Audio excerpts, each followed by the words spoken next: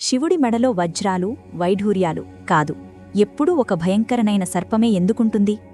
సర్పరాజు వాసుకిని ఆభరణంగా ధరించడానికి కారణమైన ఆ అద్భుతమైన కథ ఏంటి? ఆ మహాసర్పం పేరు వాసుకి. దేవతలు రాక్షసులు సముద్రమథనం చేసినప్పుడు వాసుకిని కాడుగా వాడతారు. లోకకల్యాణం కోసం వాసుకి అంతులేని నొప్పిని భరించాల్సి వస్తుంది. శక్తివంతమైన ఘర్షణ కారణంగా వాసుకి పడిన తీవ్రమైన ఒత్తిడి, బాధ అతని శరీరంలో మహావిషంగా మారి అతని నోటి నుంచి హాలాహలంగా బయటకు వస్తుంది. వాసుకి త్యాగం లోకాలను రక్షించింది, కాని అతని ప్రాణాలకే ప్రమాదం ఏర్పడింది.